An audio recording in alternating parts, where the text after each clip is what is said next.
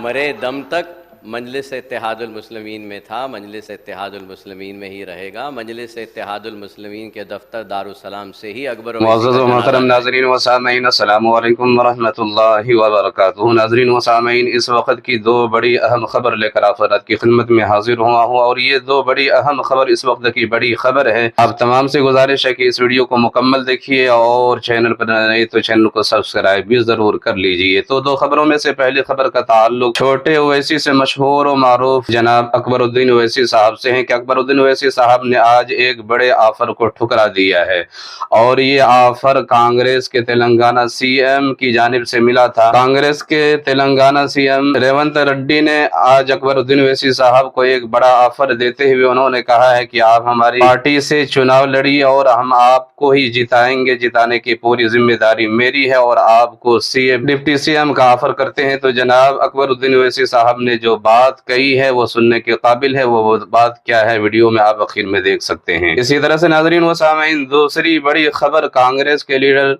राहुल गांधी से मुताल्लिक है कि राहुल गांधी जी जो कांग्रेस के लीडर है और अपोजिशन पार्टी के एक नेता है, उन्होंने पार्लियामेंट में एक जबरदस्त भाषण दिया और भाषण के दौरान उन्होंने कहा है कि देश का हलवा बट रहा है लेकिन इसमें एक भी ओबीसी एससी एसटी अफसर मौजूद नहीं है।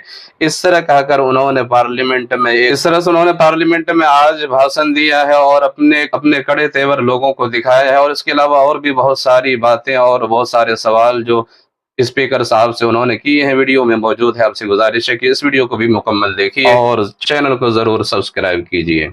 मैं अभी वादा कर रहा हूं चेयरमैन साहब, स्पीकर सर, आपके सामने, अगर कोडंगल से मेरा कांग्रेस के बीफार्म लिए तो अकबर साहब को जिताने की जिम्मेदारी मेरी है।